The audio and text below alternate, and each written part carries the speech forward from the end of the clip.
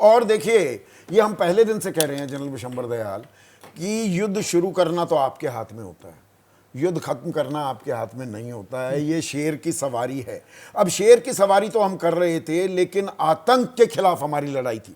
हमने पहले ही दिन से ये साफ किया, हमने सिविलियन ठिकानों पर कोई बमबारी गोलाबारी नहीं की, निर्दोषों की हत्या हमने नहीं की जो पाकिस्तान ने की है। हमने सैन्य ठिकाने भी उन पर निशाना नहीं साधा। वो तो जब वो 36 जगह पर 400 ड्रोन भेजेंगे तो हम रिटेलिएट करेंगे, पर हमने पहल नहीं की थी। पर ये युद्ध विराम, हमने तो आतंक के खिलाफ लड़ाई छेड़ी थी। वो आतंक को काम तमाम या उस पर लगाम लगाई हमने, जो हमारा मेन ऑब्जेक्टिव था। देखिए संदीप, युद्ध विराम करना या युद्ध शुरू करना पॉलिटिकल लीडरशिप का काम है, और पॉलिटिकल लीडरशिप ने अपना पॉलिटिकल डायरेक्टिव जो दिया होगा, जो ऑब्जेक्टिव दिया होगा, जितना ऑब्जेक्टिव दिया होगा, अगर भारत की पॉलिटिकल लीडरशिप उससे सेटिस्फाइड है तो ये भारत की लीडरशिप का फैसला है, और भारतीय लीडरशिप ने ये सीज़फायर एक्सेप्ट किया। इसका मतलब वो जो हमने स्ट्राइक्स की हैं, देखिए वो स्ट्राइक्स भी अपने आप में बहुत काबिल तारीफ है, और काबिल तारीफ नहीं, इसमें मैं ऑपरेशनल है। मैं जनरल दयाल आपकी इजाजत से मैं इसकी एक सेकंड इसकी एक डिस्टिंक्शन कर देता हूं।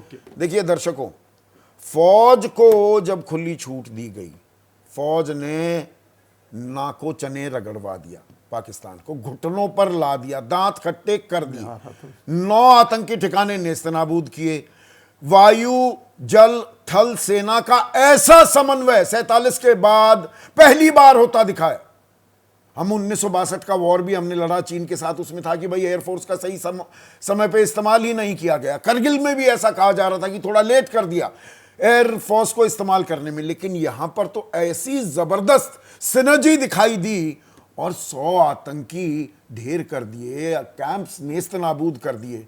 तो फौज ने तो अपना काम कर दिया। अब युद्ध कितना चलेगा नहीं चलेगा ये पॉलिटिकल डिसीजन होती है। मैं सारी चीज को सरल कर देता हूं जी। मैंने आपके टेलीविजन चैनल पे और हर जगह ये बोला है कि भारत की जो मिलिट्री पावर है, जब वो आप पाकिस्तान पर अप्लाई करोगे तो पाकिस्तान उसी दिन जो है वो पीछे हट जाएगा, घुटने टेक लेगा, मेरा ही मानना है। और अगर आप इस मिलिट्री पावर को और लगाते तो मैं समझता हूं वो और भी टर्म्स एंड कंडीशन पे आ जाता। जिस दिन 7 तारीख की सुबह से, अरे यहां सऊदी अरेबिया के फॉरेन मिनिस्टर का आना, अचानक आ जाना, ये कार्रवाई तो शरीफ ब्रदर्स को जिस दिन लगा कि अब तो लुट गए, क्योंकि लुटवा दिए मुनीर ने, उसी दिन से उन्होंने मुहिम स्टार्ट कर दी कि किस तरह से फेस सेव करके इस फंदे से निकला जाए। ये मेरा मानना है। कोई मैं डिप्लोमेट नहीं, मेरे पर मैं अभी अपने सवाल पर कायम हूं। वहीं से स्टार्ट हुआ। पाकिस्तान तो एक फेल स्टेट है, बिल्कुल, लेकिन उनको बचने के लिए ना पिद्दी का शोरबा, पर हमारा जो हित था वो आतंक को नेस्तनाबूद करना था।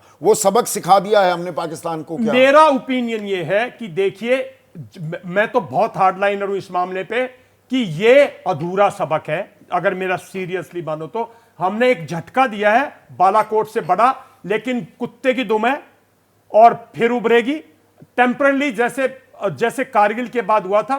मिलिट्री लीडरशिप ने पॉलिटिकल लीडरशिप को आगे कर दिया था, ये उनकी पॉलिटिकल लीडरशिप आगे आ गई है। मिलिट्री लीडरशिप जो डीप स्टेट है वो फिर एक कार्रवाई करेगा, आज नहीं तो कल करेगा। और जो आप बात कह रहे थे कि भाई ये जो आज किया है, जो 3 दिन चला है, 4 दिन चला है, भारत ने ये जो डिक्लेरेशन दी है, इस डिक्लेरेशन को अगर पाकिस्तान साइन करता है, पॉलिटिकली साइन करता है और कहता नहीं करेंगे, तब तो इसमें कुछ दम है। हमारी वन साइडेड डिक्लेरेशन से नहीं। पर जनरल यशमोर, पाकिस्तान जिस तरह से एक्सपोज हुआ है, एक्सपोज तो पहले भी हुआ है, लेकिन इस बार पूरी दुनिया के सामने जो उसकी पोल पट्टी खुली है, अमेरिका जो दावा कर रहा है, जो मैं पवन वर्मा जी से भी पूछ रहा था कि भाई ये सशर्त ही मिला है पैसा भी अंतर्राष्ट्रीय मुद्रा कोष से, आगे अगर वो अपनी कारगुजारियों को अंजाम देता रहा तो ये पैसा भी नहीं मिलेगा।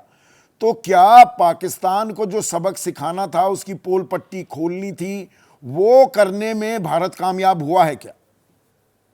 देखो संदीप, पहली बात तो यह है कि सीजफायर हुई है, वी मस्ट वेलकम इट। और ये मानना चाहिए कि जो अथॉरिटीज हैं, पॉलिटिकल लीडरशिप है, मिलिट्री लीडरशिप है, डिप्लोमेसी, उनके पास काफी कुछ वो इंफॉर्मेशन होती है जो आप और मेरे पास होती नहीं है। तो उन्होंने जो फैसला लिया होगा, मैं ये मानता हूं हमेशा राष्ट्रहित में लिया होगा, पहली बात तो ये है।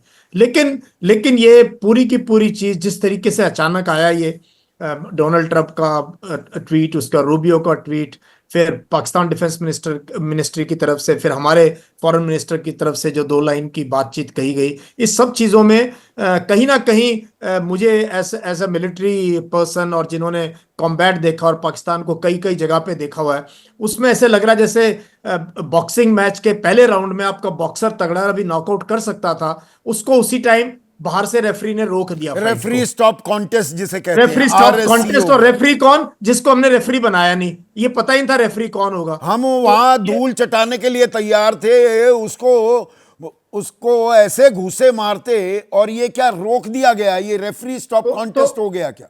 हाँ, तो मुझे जो ये लग रहा है, जो मिलिट्री पावर है इंडिया की, जो कॉम्प्रिहेंसिव नेशनल पावर, जो मिलिट्री पावर है, वो उसका सही आप अंदाजा लगा सकते हो 6-7 दिन के बाद, जब कंट्रोल ऑफ एयर हो जाएगी, जब उनकी एयरफोर्स को बर्बाद कर देंगे, जब उनकी हमारी नेवी बैटलफील्ड, नेवी तो ज्वाइन ही नहीं करी बैटलफील्ड में, और एयरफोर्स का अभी तक डायरेक्ट कॉन्टेस्ट उनकी एयरफोर्स का हुआ है कई जगह पे, काफी चीजें हमें पता नहीं है बट हुआ होगा।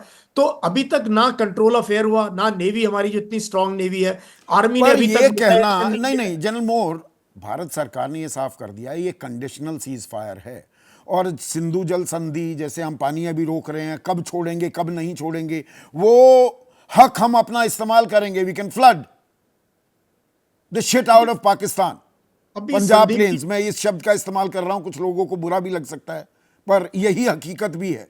तो अभी जो हमने कदम उठाए हैं, आयात निर्यात बंद कर दिया है, उच्चायोग बंद हैं, वो सारे कदम अभी भी लागू हैं, उनमें कोई रियायत नहीं की गई है। लागू हैं, लेकिन 12 तारीख को बोला बातचीत होगी और फिर न्यूट्रल वेन्यू पे बातचीत होगी। पहली बार है वैसे, नहीं, भारत ने कह दिया कोई न्यूट्रल वेन्यू नहीं। अब ये मालूम नहीं कि बातचीत कहां होगी, बल्कि मैं इसमें एक इनपुट ले लेता हूं अपने सहयोगी की। डीजीएमओ की 12 तारीख को 12 बजे जो बातचीत होनी है वो कैसे होगी? फोन पर होगी, क्या होगी? जी हाँ, बिल्कुल, वो तो दोनों पक्षों के बीच फोन पर बातचीत होगी। आप बिल्कुल ठीक कह रहे हैं, और अमूमन हर हफ्ते एक बार दोनों के बीच में बातचीत होती है। लेकिन ये थोड़ा यूनिक था, क्योंकि इस बीच बातचीत, हर तरीके चैनल ऑफ टॉक्स बंद थे। ऐसे में डेफिनेटली ये सीज फायर अचीव करना था। एक पक्ष इसमें काम कर रहा था, दोनों पक्षों से लगातार ओवर द नाइट, जैसे आप कह रहे थे, ओवर द नाइट क्या, मुझे लगता है ओवर द लास्ट 4-5 डेज लगातार वो लोग बात कर रहे थे। और डीजीएमओज ने, नहीं, मैं तो ये मानूंगा कि भाई अमेरिकी राष्ट्रपति कह रहे हैं it has been a long night. वहां रात थी, यहाँ जब आज पूरा दिन, तो आज सुबह से ही लगातार यानी कि बातचीत हो रही थी। उनके उपराष्ट्रपति, उनके विदेश मंत्री यहाँ पर सब लोगों से और पाकिस्तान के निजाम से बात कर रहे हैं। बिल्कुल सर, बिल्कुल आप ठीक कह रहे हैं। और अब जो अगली बात बताई गई है 12 तारीख को होनी है, वो डीजीएमओस के बीच हॉटलाइन पे बातचीत होगी, और फर्दर अब आके इसको कैसे अचीव।